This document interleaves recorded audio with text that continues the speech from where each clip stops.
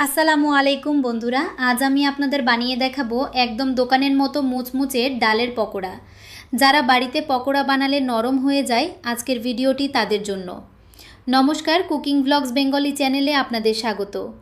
প্রথমে মুসুর ডাল বা খেসারির ডাল অন্তত 3 ঘন্টা জলে ভিজিয়ে রাখুন। ডাল ভিজে গেলে জল ঝরিয়ে মিক্সিতে আধভাটা করে নিন। মনে রাখবেন, ডাল একদম মিহি করবেন না, একটু দানা দানা থাকলে পকোড়া বেশি খাস্তা হয়। ডাল বাটা হয়ে গেলে একটি বড় পাত্রে নিয়ে নিন।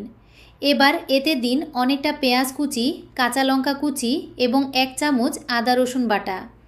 শুকনো মশলার মধ্যে দিন হলুদ গুঁড়ো, লঙ্কা গুঁড়ো, সামান্য কালো জিরে আর স্বাদমতো লবণ। পকোড়াকে বেশি মুচমুচে করতে এর মধ্যে 2 চামচ চালের গুঁড়ো আর 1 চিমটি খাওয়ার সোডা মিশিয়ে দিন। এবার হাতের সাহায্যে সব উপকরণ খুব ভালো করে মেখে নিন। মাখার সময় আলাদা করে জল দেবেন না। এখন ভাজার পালা। কড়াইতে সাদা তেল খুব ভালো করে গরম করে নিন।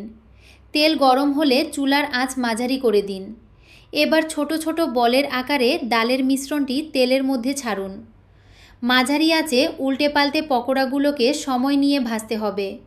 যখন দেখবেন পকোড়াগুলো সুন্দর সোনালি রং হয়ে গেছে এবং মুচমুচে হয়েছে, তখন তেল ঝরিয়ে নামিয়ে নিন। তৈরি হয়ে গেল আমাদের গরম গরম ডালের পকোড়া। বিট নুন আর সসের সাথে এটি পরিবেশন করুন। রেসিপিটি ভালো লাগলে লাইক দিন এবং আমাদের চ্যানেলটি সাবস্ক্রাইব করে পাশেই থাকুন। দেখা হবে নতুন কোনো রেসিপি নিয়ে। সবাই ভালো থাকবেন। আল্লাহ হাফেজ।